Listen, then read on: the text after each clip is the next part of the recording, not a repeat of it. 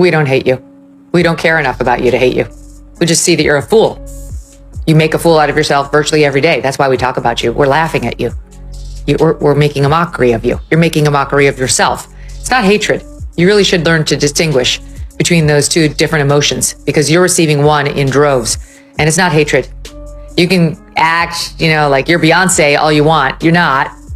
And just like her, you can play the victim when you're not.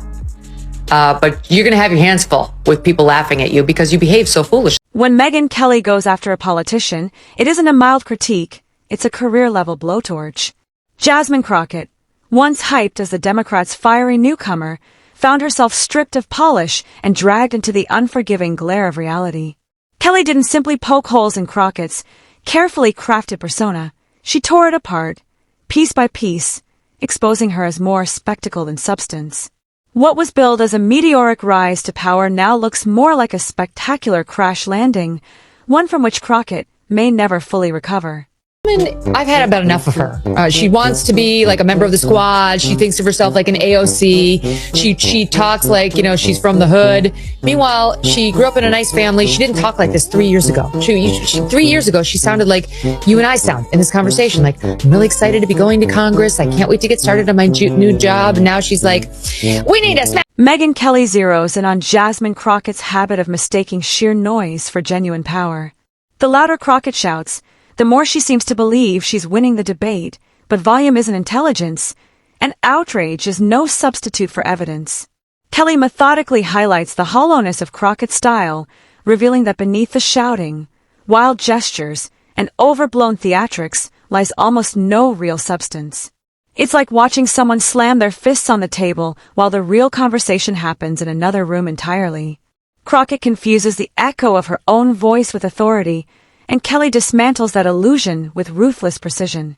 So she claims to be, from her people. She puts on this image that she understands the Black American struggle. But let's face it, the girl went to private school. She went on to, I don't know what college and law school. She went to, it's like, she's a complete fake. Yeah. She's as fake as her eyelashes. She's as fake as her hair. She's as fake as her fingernails. And she is such a massive fraud. What makes Kelly's takedown so brutal is her ability to remind the audience that Crockett's rise has less to do with talent and more to do with the hunger of a political machine desperate for a fresh face. Crockett was vaulted into the spotlight not because of her accomplishments, but because she fit a narrative. She became useful as a loud defender, a dependable attack dog for party leadership. But she has yet to prove she can do more than bark on cue. Megyn Kelly rips away that protective illusion and lays bare a politician propped up by optics rather than ability. The Clinton administration. Please calm down. Don't tell me to calm down. Calm down. Because y'all talk noise and then you're out of take control.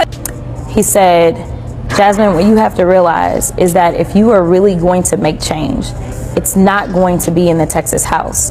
He said, you did a great job playing defense, but you have a chance to play offense. If someone on this committee then starts talking about somebody's bleach blonde, bad built butch body. Meanwhile, you pointed out, but her high school looks like a cat. If you're enjoying this video, don't forget to subscribe to the channel and hit that bell icon. Megyn Kelly doesn't just criticize, she contextualizes. She places Jasmine Crockett in the broader tradition of politicians who confuse performance with policy and mistake shameless self-promotion for genuine public service. Crockett's grandstanding at committee hearings, her relentless chase for viral sound bites, her obsession with making sure the cameras catch every exaggerated smirk and perfectly timed eye roll, all of it becomes fuel for Kelly's fire. This isn't statesmanship, it's bad theater dressed up as leadership. Kelly makes it crystal clear that Crockett is less a serious lawmaker than a bargain basement influencer who somehow stumbled onto Capitol Hill and decided to treat it like a stage.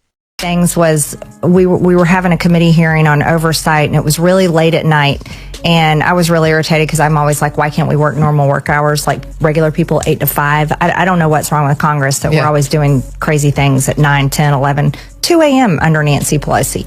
So we're on the oversight committee, and She is running off her mouth, and I shot at her about her massively huge fake eyelashes. Yeah, this made news. Yeah, and I was like, well, I said something along the lines of like, well, you can't read it because of your fake eye. The real sting comes when Megyn Kelly dissects Crockett's so-called accomplishments piece by piece.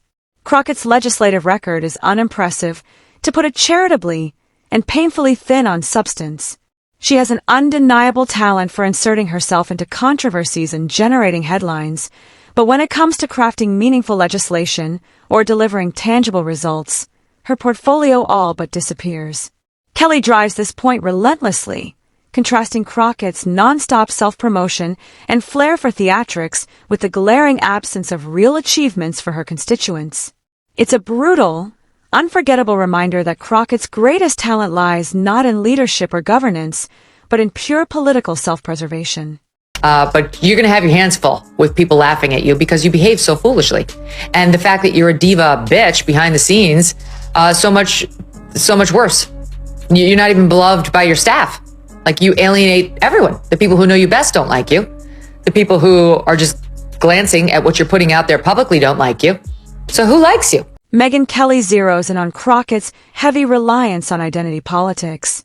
Crockett routinely cloaks herself in the armor of race and gender, treating every criticism as a personal attack rather than a challenge to her ideas.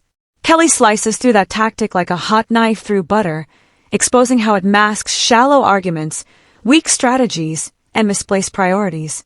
The audience doesn't see a fearless champion of progress. They see a politician exploiting grievance politics for personal advancement. Kelly makes that distinction razor-sharp and undeniable. The most devastating part of Kelly's takedown is her focus on Crockett's lack of discipline. While others on Capitol Hill at least attempt to maintain a veneer of professionalism, Crockett can't resist lashing out, making every disagreement personal, turning every policy debate into a brawl. Kelly underscores how this behavior might score quick attention on social media, but erodes any real credibility in Washington. A serious player knows when to press, when to hold back, and when to wait for the perfect moment. Crockett doesn't. She's all impulse, no strategy, and Kelly leaves the audience with zero doubt about it. Perfect. The Human Rights Campaign. These are the people who run around harassing every business to make sure that they're being pro-LGBTQ and pro-DEI and not doing anything that a Human Rights Campaign finds offensive in any way, shape, or form, unless if you are in a wheelchair and are the governor of Texas, in which case it is fine for Jasmine Crockett to do this to you. Watch. Because we in these hot-ass Texas streets, honey. Y'all know we got Governor Hot Wheels down there. Come on now. Megyn Kelly also skewers the thick hypocrisy woven into nearly every move Crockett makes. Crockett rails against privilege, even as she benefits from the platform and perks it affords her. She attacks the very systems that cut her paychecks. She preaches justice and fairness while sneering at or dismissing anyone who dares to disagree. Kelly methodically walks the audience through example after example of Crockett saying one thing and doing another, reminding viewers that hypocrisy corrodes credibility faster than almost anything else. And with Crockett, hypocrisy isn't an occasional slip, it's practically a governing principle. Kelly's strength lies in cutting past the noise. While Crockett thrives on chaos and public confrontation, Kelly stays composed, refusing to play into the spectacle. Instead, she calmly dissects Crockett's weaknesses, how her angry outbursts signal deep insecurity, how her constant need for attention betrays fragile confidence, and how her defensive posturing shows an inability to engage in serious, substantive debate. Crockett doesn't look fearless or formidable. She appears unsteady, overmatched, flailing at critics who see through her act with ease. The critique grows even sharper when Kelly examines Crockett's obsession with image management. Crockett behaves more like a social media influencer than a lawmaker, dressing for the camera, chasing viral moments, polishing sound bites into quick trends. But Kelly warns that this fixation on personal branding is a dangerous trap, one that trades lasting influence for fleeting applause. Next guest has some more on Ms. Crockett. He's Benny Johnson. He's host of The Benny Show, and he has an exclusive report now on Crockett's alleged background. See, he traveled to where Crockett claims she is from a tough area of South Dallas. You know, you hear her speak. She tries to talk street like, okay, Compared to where she's actually from, it's quite a different picture. Where she's actually from is a beautiful, well-manicured area for the elite. Crockett has built much of her career on brief, manufactured moments of outrage, but outrage always has a short shelf life. The same crowd cheering her today will forget her tomorrow, leaving her desperately scrambling to manufacture the next headline just to stay relevant. Kelly underscores the hollowness of that approach, calling it the political equivalent of a sugar rush, momentarily exciting but ultimately empty, leaving nothing substantial behind. Kelly also zeroes in on how Crockett deals with opposition. Rather than engaging critics with reasoned arguments, Crockett demonizes them. Instead of debating policy, she smears people. Kelly makes it clear that this tactic isn't just intellectually lazy, it's corrosive, destroying any hope of building alliances or credibility. Crockett may thrive on sowing division because it keeps her name in the spotlight, but Kelly exposes how that very division makes her completely ineffective. After all, no one takes a wrecking ball seriously if it smashes everything indiscriminately with no purpose or plan. Perhaps the cruelest twist of Kelly's takedown is how she turns Crockett's supposed strengths into glaring weaknesses. Crockett's quick temper, which some of her supporters mistake for passion, is reframed as immaturity and lack of control. Her boldness, often praised as fearlessness, comes off as reckless impulsivity. Her defiance, celebrated as authenticity, is revealed to be little more than raw insecurity in disguise. Kelly doesn't merely criticize Crockett. She redefines her entirely, tearing away the self-styled image Crockett clings to and replacing it with something far less flattering, far harder to shake. Everything hot about him is that he is a hot-ass mess, honey. I gotta check my woke rule book, Walter, but I'm not sure I don't think that's allowed. I do not think you refer to the guy who's in a wheelchair as the governor of your state as Governor Hot Wheels. Some of her defenders online are like, we all call him that down here. And as far as I can tell, it's only nasty leftists who do. Not sure that gives you a pass. What makes Megyn Kelly's dismantling of Jasmine Crockett so captivating is the sheer ease with which it happens. Crockett is all sound and fury, loud, erratic, and desperate for attention, while Kelly is precise, unyielding, and surgical. Crockett flails wildly, Kelly dismantles methodically. Crockett's antics may grab headlines, but Kelly's analysis lands harder, cutting through the noise with a clarity that lingers. By the time Kelly finishes, the audience isn't merely unimpressed with Crockett, they're actively embarrassed for her. The lasting impact of this roast is that Crockett can no longer hide behind charisma, theatrics, or the convenient excuse of inexperience. Kelly has revealed that beneath the bluster lies a profoundly ordinary politician, one who lacks the discipline, strategic thinking, and depth required to be taken seriously. And in Washington, where perception is often as powerful as policy, that kind of exposure is politically lethal. Crockett wanted to be seen as a rising star, but after Kelly's dissection, she looks more like a shooting star, brief, bright, and already burning out. What makes the takedown sting even more is that Crockett has leaned so heavily on personality over substance. Charisma can carry a politician through a few television hits or viral sound bites, but it rarely sustains a serious career, and Kelly makes that painfully obvious. To become, instead of someone who dumbs themselves down or lies about where they come from to try to be more hood. Yes, that's what she's doing all the time. And she didn't talk like this before either, where she's like, y'all, I know, my homie, and I'm like, okay, that didn't exist. We ran tape from her. Before she ran for office, she sounded like a normal person. But now she's gone full street with the super long nails too, and like the lips and the gloss and like the eyelashes. She's really laying it on because she wants to be seen as like this down-home girl. Kelly dragged that truth into the spotlight, stripping away the theatrics, and leaving Crockett with nothing but the unimpressive record she's worked so hard to disguise. This is the brutal part of political theater. Once the illusion breaks, it rarely gets rebuilt. Colleagues, opponents, and even the media begin to view the person differently. Where there was once curiosity, there is now skepticism. Where there was once enthusiasm, there is now only a rolling of the eyes.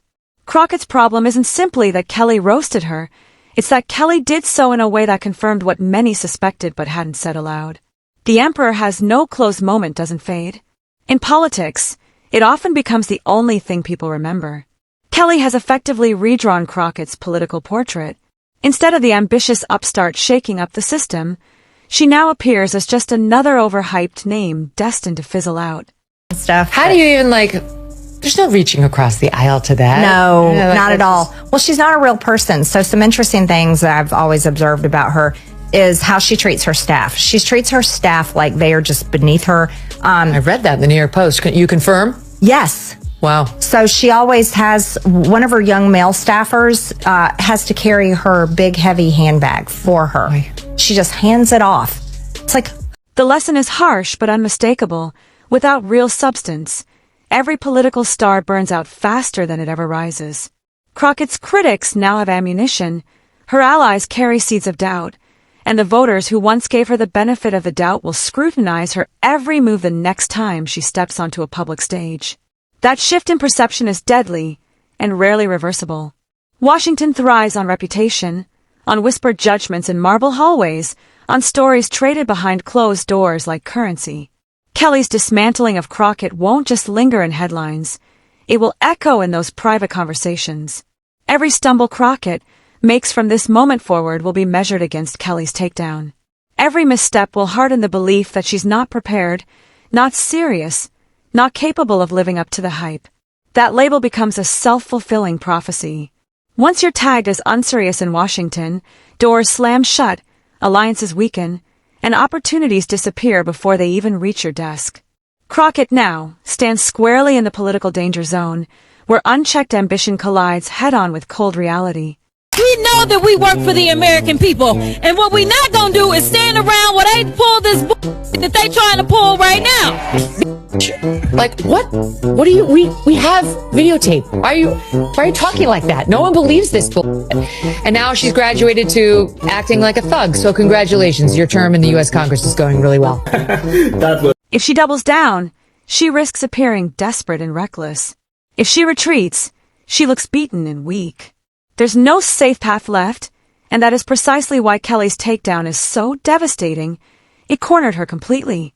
The brilliance of the roast lies not merely in the sharpness of Kelly's words, but in the trap they created. Crockett cannot escape the frame Kelly constructed, because every attempt to wriggle free only reinforces Kelly's point. Megyn Kelly's roast doesn't simply wound Crockett, it defines her. In politics, once a narrative hardens, it becomes nearly impossible to erase. Thanks to Kelly, Crockett is now etched in the public imagination as a politician inflated by hype, undermined by immaturity, and exposed by someone who knows exactly how to dismantle a facade. Kelly didn't just embarrass Crockett in the moment. She may have permanently branded her as a lightweight pretending to be a heavyweight. For a politician who lives for the spotlight, that's the cruelest cut of all. The irony is brutal. Crockett chased recognition, and she got it, but not the kind she dreamed of. Instead of being hailed as a fresh voice with staying power, she has become a cautionary tale of what happens when hype outruns genuine ability. Political careers rise on momentum, but once that momentum shifts in the wrong direction, regaining it is almost impossible. Kelly shifted the wind against her, and now Crockett is left battling not just for credibility, but for her political survival. For someone chasing the label of rising star, the fallout could not be more severe. True stars rise by commanding respect and proving, over time, they offer more than flash and fury. Crockett's problem is that Kelly exposed her before she had the chance to prove otherwise. The brand is tarnished, the image cracked, and the whispers in Washington have already begun. When Jasmine Crockett's story is told in the Capitol from now on, it won't be about early promise. It will be about how Megyn Kelly dismantled her with surgical precision. That is the lasting scar of a devastating roast. It doesn't just win the moment, it rewrites the entire narrative. And for Crockett, that rewritten story may well mark the beginning of the end.